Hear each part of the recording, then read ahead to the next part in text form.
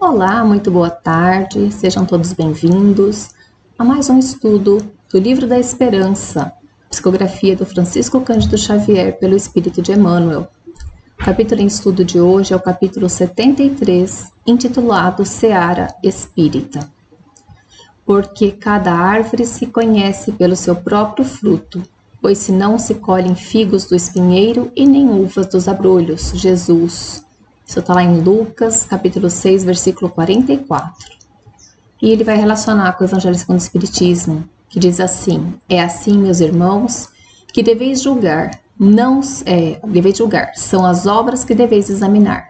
Se os que dizem investidos do poder divino revelam sinais de uma missão de natureza elevada, isto é, se possuem no mais alto grau as virtudes cristãs e eternas, a caridade, o amor, a indulgência, a bondade que concilia os corações, se em apoio das palavras apresentam os atos, podeis então dizer, estes são realmente enviados de Deus. Capítulo 21, item 8 do Evangelho segundo o Espiritismo. Penetrando a seara espírita,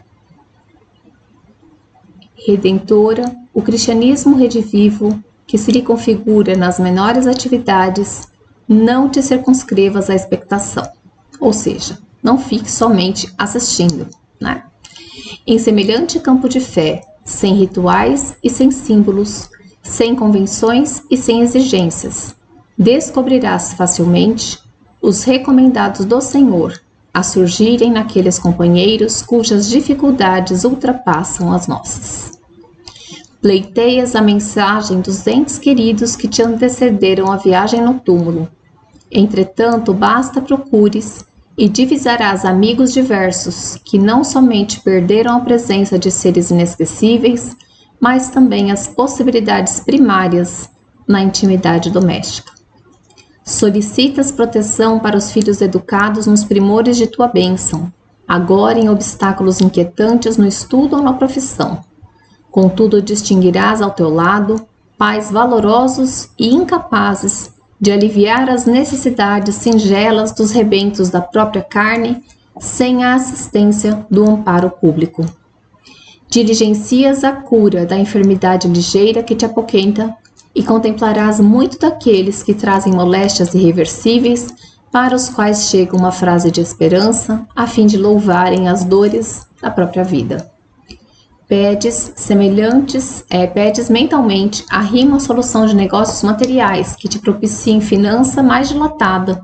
No entanto, surpreenderás os pés desnudos de irmãos que vieram de longe à busca de um simples pensamento confortador, vencendo passo a passo largas distâncias por lhes faltarem qualquer recurso para o custeio da condução.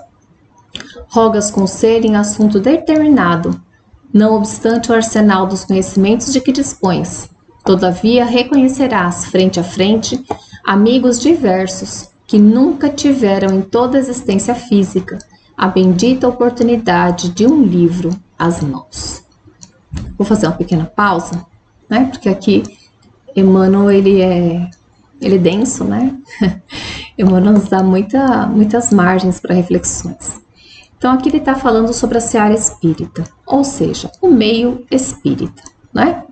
Então, ele fala que nós precisamos, ele utiliza isso aqui de um trecho do Evangelho segundo o Espiritismo, em que ele fala que nós precisamos examinar as obras daqueles que se dizem investidos do poder divino.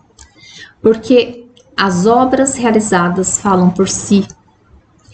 A pessoa pode ter o melhor repertório, a melhor palestra, a melhor forma de expressão de palavras, mas se ela não tiver ações que deem suporte àquilo que ela prega, àquilo que ela diz, então existe um contrassenso, né? Então ele diz que quando nós adentramos o Espiritismo, nós precisamos aprender a não ficar como espectadores. Espectador é quando nós estamos assistindo a um filme, quando nós vamos ao teatro, assistimos uma peça, quando nós apenas observamos. nós precisamos partir para a ação. Nós precisamos fazer a parte que nos cabe. E ele nos convida a pensar a respeito daqueles que estão conosco também na jornada terrestre, mas que passam por dificuldades, muitas vezes maiores do que as nossas. Então, esse convite de sempre olhar para o lado e identificar a dificuldade que os outros também têm, ele é um caminho muito importante para nós, para que a gente possa aprender que nós não somos os únicos que passam por provas e expiações.